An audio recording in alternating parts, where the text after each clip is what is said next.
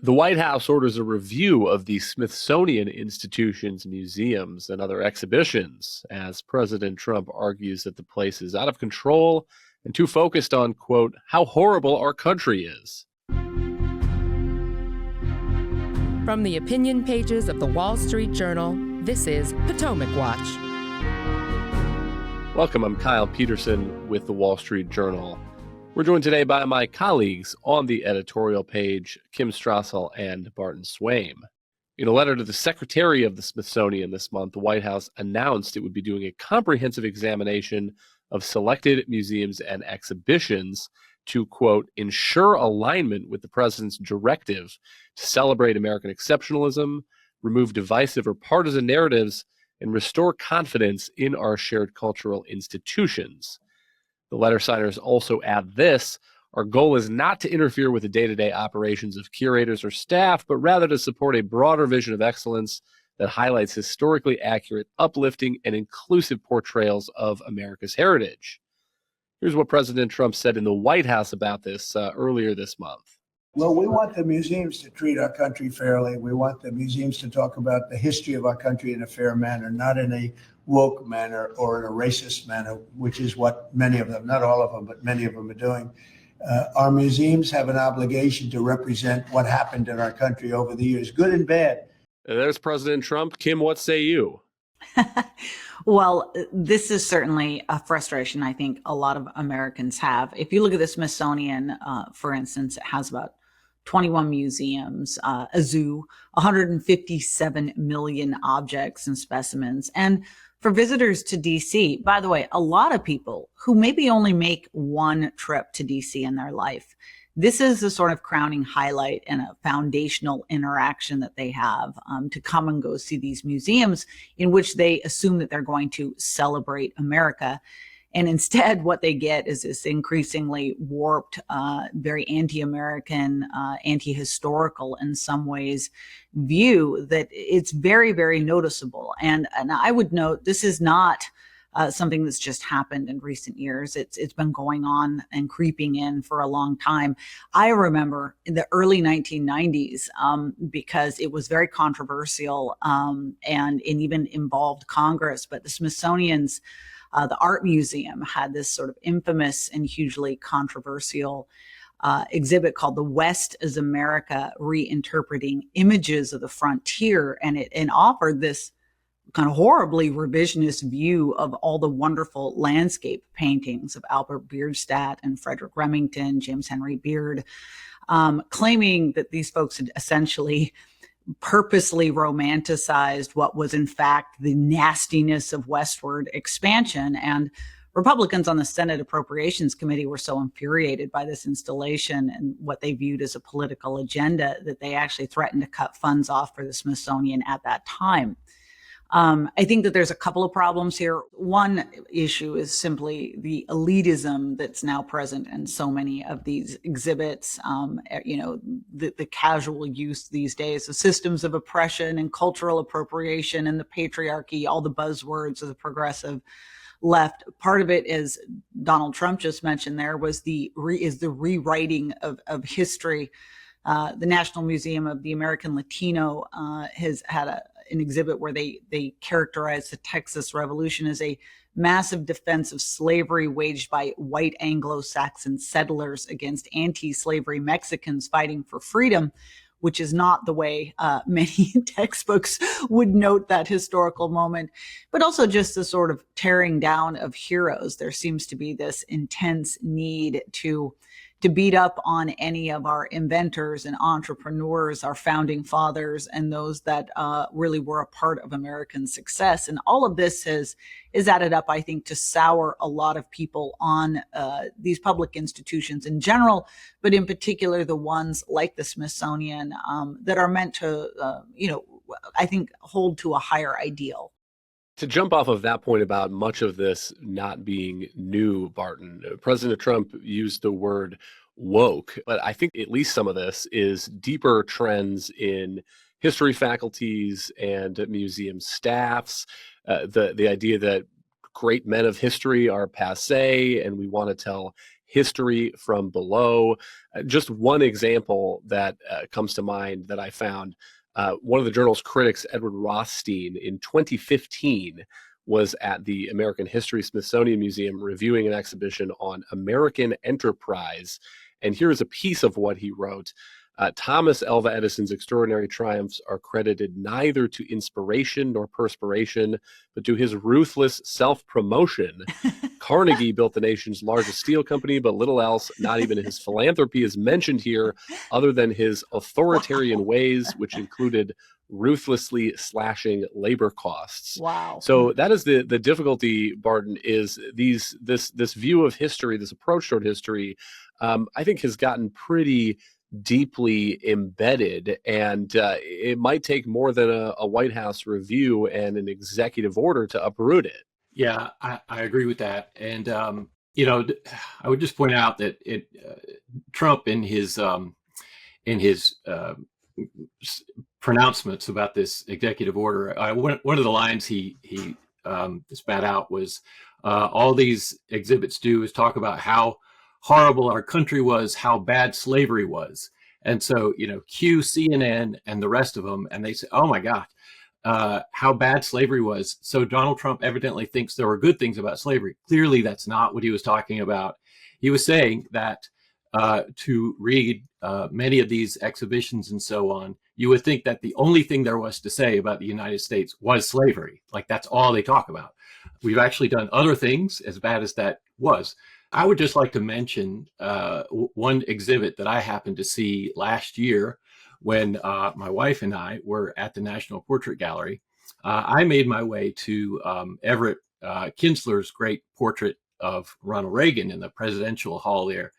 And Reagan's presidency is summed up in 5 sentences. And I won't read the whole thing, but the latter part of it says, Reagan unapologetically reduced social welfare programs, which is not actually true unless you count things like student loans and so on. He encouraged a social conservative ethic regarding the role of religion in public life and reproductive rights. Okay. But his conservative stance led him largely to ignore the AIDS crisis. So we've got 5 sentences here to describe the most successful presidency in modern history. And then it goes on to describe the Soviet Union's collapse as something that basically took place on its own, and Reagan just happened to be there. So I did what every other probably, or at least many other normal suburban dads did walking through it. I took a picture of it and sent it to my friends with the initials WTH ? But to your point, yes, a lot of this axe grinding comes from some very elite and cloistered places in American life. And you can debate, I think, angular narratives about U.S. history legitimately in faculty lounges and academic seminars. And if your arguments have any purchase, they'll make an impression on the wider American discourse. But you don't get to sneak into federal museums and push these kinds of heavily lopsided narratives that ordinary Americans find foreign and offensive. And I think it's nice to see that there's some overt pushback from a U.S. administration. Kim, on that point about the perception of anti-Americanism, maybe one way to put it, I don't think Trump is driving here toward the idea of erasing the dark parts of American history from these Smithsonian museums. But maybe part of it is not inserting them in places where they don't necessarily belong. The White House circulated a list of material that it objected to in the Smithsonian's, and this list varies pretty widely. But here's one. It says an exhibit at the American History Museum depicts migrants watching Independence Day fireworks through an opening in the U.S.-Mexico border wall. And then it has a photograph of this with a panel. Here is a piece of what the panel says. Many U.S. politicians, as early as Benjamin Franklin, have feared non-white immigration. Instead of being recognized as community builders, Latin American immigrants are sometimes described as invaders. Many have risked their lives to immigrate because they believe in U.S. ideals such as democracy, equality, and opportunity. Kim, I have not ventured out this morning to the American History Museum to check out that panel or to verify whether it's still there, but taking it at face value from the White House, it seems like an odd insertion of a founding father there, as if this is what museum goers should leave the building with as a takeaway about Ben Franklin. I mean, by the way, that's bizarre. And I think that's part of it is the outsized presence. As Barton says, and as the president said in that clip, we don't want to forget that we have had bad moments in this country, that we have done things that modern generations would look back on and say that was inappropriate. But we also have to remember that a lot of the views that people held back in the day were ordinary at the time. And to impose new standards on what should be appropriate and then to judge them entirely through that lens, I think, is something that doesn't sit well with many Americans. And those examples, though, there are many of them out there. One of the ones that I saw going around, the National Museum of American History hosts a National Youth Summit for middle and high school students every year. The theme in 2021 was, what will the future of gender equity look like? The theme in 2020, teen resistance to systemic racism. And the year before that, it was the imperfect victory of women's suffrage. I mean, so I think one thing to bear in mind here too, and Barton put his finger on this, he said federal museums. There is a difference in the sphere of the arts between a lot of these nonprofit civic institutions that are largely founded entirely by private donors, and they arguably should have a more license in the direction that they go, and they clearly do. But when you're talking about a federal museum, it's funded by the taxpayers. And I think it therefore is held to a higher standard to be more reflective and less captive to some of these woke ideas. And I agree with you entirely. I don't think Donald Trump, and by the way, he's not just going after the Smithsonian Institution. We've seen him go after the Kennedy Center for the Performing Arts. He fired the Librarian of Congress. He's canceled grants awarded by the National Endowment for the Arts and the National Endowment for the Humanities. He's trying to get people to rethink. I think there's some good news that maybe that is happening a little bit. I don't think that asking for a less biased, less woke version of all of these arts is in any way demanding conformity or one view. It's simply asking to get rid of some of the more biased views that are out there. Barton, what's your view on that point?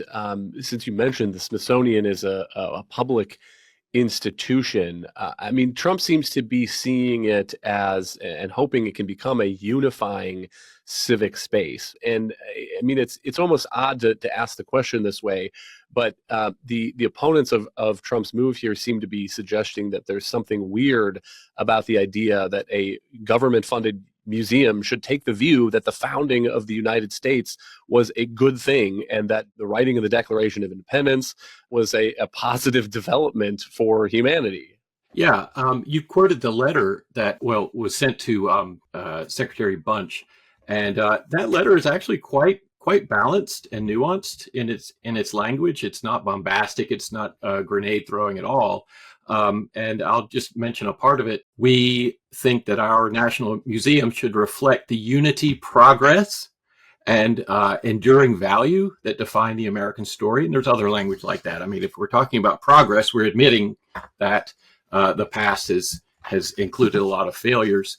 But I think, to your point, I think it's entirely appropriate to present to ordinary Americans, especially young Americans, coming to see these things for the first time, the sort of base or fundamental or given reality that the founders did certain great things. That yes, they made mistakes, but they achieved a lasting republic that is the world's envy, and so on. And as these students grow older, they will learn about complicating narratives and things that make that story not entirely the sort of George Washington and the cherry tree type stuff. I'm exaggerating, but they'll see other complicating aspects of American history, but you don't put up front the complications. There has to be a sort of baseline knowledge about what the achievements were, and then we can get to and debate the things that were maybe less savory. So I thought the letter was very well done, and I think it is entirely feasible for the U.S. administration to put together a panel of serious people. There are a lot of people who could do this, who understand and have very balanced and nuanced views of different parts of American history and culture and so on, and who can make some really reasonable, not right-wing assessments, but just like really reasonable judgments about what is appropriate to say and how to put it for the ordinary American passing through a museum. Kim, to that point, part of what we don't know yet is how all of this White House review will play out. I'm not sure if the White House intends to create that kind of panel with respected mainline historians who are going to be involved in this review, or if it's going to be done basically in the West Wing. One thing that I think bears mentioning too is another controversy involving the Smithsonian that has kind of gotten wrapped up in this now. In 2021, there was a history exhibit on impeachment. And in 2021, there was some temporary text that the Smithsonian placed there mentioning President Trump's second impeachment after the January 6th Capitol riot. It quoted the article of impeachment passed by the Congress on false statements, is the quote, about the 2020 election. Suggesting that he encouraged, foreseeably resulted in imminent lawless action at the Capitol. Again, I believe that's a quote from Congress's article of impeachment. Last month, that panel was removed, it was discovered. Then it became something of a controversy. There is now a more permanent replacement for it up that mentions Trump's challenges to the 2020 election. And so that is being cast as an airbrushing of history. And Kim, I don't know about your view. I guess mine is that if the Smithsonian directors did that in response to political pressure, it seems like that is not political pressure that ought to be applied. I don't think the Smithsonian Museum ought to be in the business of trying to polish the reputation of any incumbent politicians. On the other hand, I think it's easy to make too much of this. Everybody remembers what happened in 2020 and on January 6th. And if Trump thinks that some changing of a panel in a Smithsonian museum is going to have any effect on the historical view of that day, I think it's overrating what one museum panel can do. A couple of thoughts on this. One, I love the selective outrage. There were endless media stories about this. And this one particular changing of phrasing of this one particular tiny installation in one particular museum, even though we've had no mention over dozens of years about all the craziness that we've just been talking about here. That apparently is all acceptable. But when the Smithsonian does something like this, it's not. So there's that. Also, can I just note the things that happened on January 6th are what we might still term current events. I do not think they necessarily qualify for the term history yet. And history, as we go down the road, will make a more sensible, substantive judgment on that day. And there will probably be some other placard at some point in the Smithsonian Institution that hopefully takes a more distance neutral approach to looking at how this all played out and not through the lens of current events. And there's clearly emotion engaged in all of that. And that is, I think, what we wish we wouldn't be saying in our federally funded institutions. But I would just note, we don't know exactly what this review will look like, but one could maybe think that changing that you were just talking about, that placard, could be part of a review that's already underway. And I think it's important to remember this. People keep forgetting Trump's been talking about this new step he's going to take. But on May 30th, he attempted to fire the National Portrait Gallery director, Kim Syed. And the Smithsonian Institution, while it did not directly respond to that, It issued a statement saying it noted how the Smithsonian had been established by Congress as an independent entity, and how it's governed. And by the way, its governing is actually really fascinating. It has 17 members, which consist of the Chief Justice of the Supreme Court, the Vice President, both ex officio officers, 3 senators, 3 representatives, and 9 members of the general public. The senators are appointed by the President pro temp of the Senate, the representatives by the Speaker of the House. It's pretty evenly divided at the moment between Republicans and Democrats. Point being is that the executive branch's role in running the Smithsonian is mostly advisory in the capacity of one person, the vice president. And that is only one voice among those 17. That being said, what was also really interesting is that they came out and noted in a statement as well to the Smithsonian as part of this, that, quote, Americans turned to the Smithsonian as a trusted and revered source. The Board of Regents is committed to ensuring that the Smithsonian is a beacon of scholarship free from political or partisan influence. And we recognize that our institution can and must do more to further these foundational values. Meaning this was back in the beginning of summer.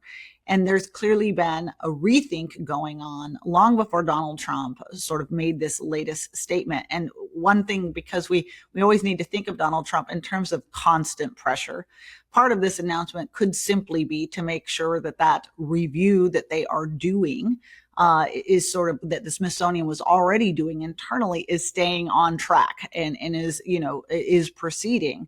And it may not take more than a statement like that to see some changes.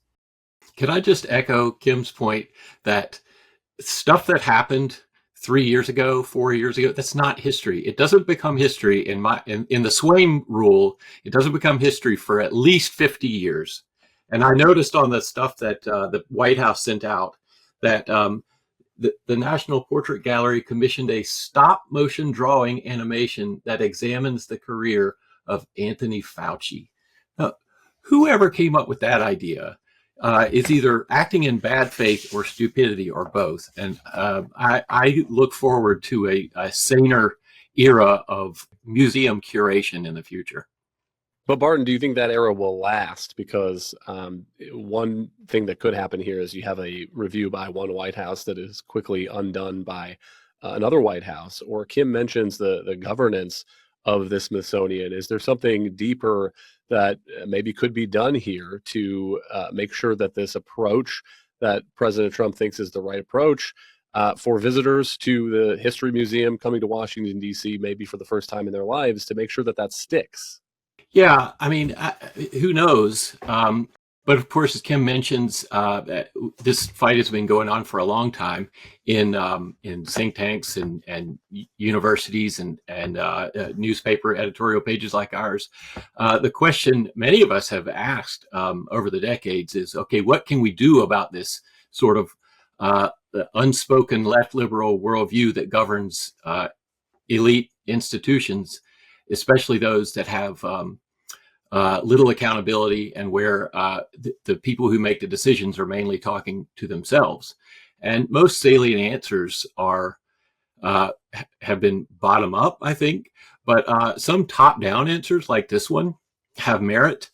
And the Trump administration has proposed a top down answer that has something to consider for it, not necessarily because it's going to change everything in the Smithsonian going forward, and there won't be these battles in the future, but because I think for the first time in a really big way, the defenders of this kind of soft left liberal consensus in these institutions are being forced into an open debate in the most open possible way. And I think it can only lead to better things for it to be in the open.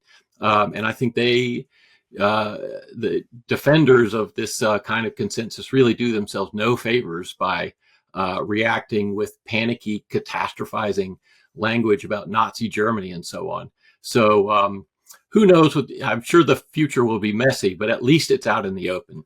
Thank you, Barton and Kim. Thank you all for listening. You can send your own Smithsonian sightings to pwpodcast@wsj.com. If you like the show, please hit that subscribe button, and we'll be back tomorrow with another edition of Potomac Watch.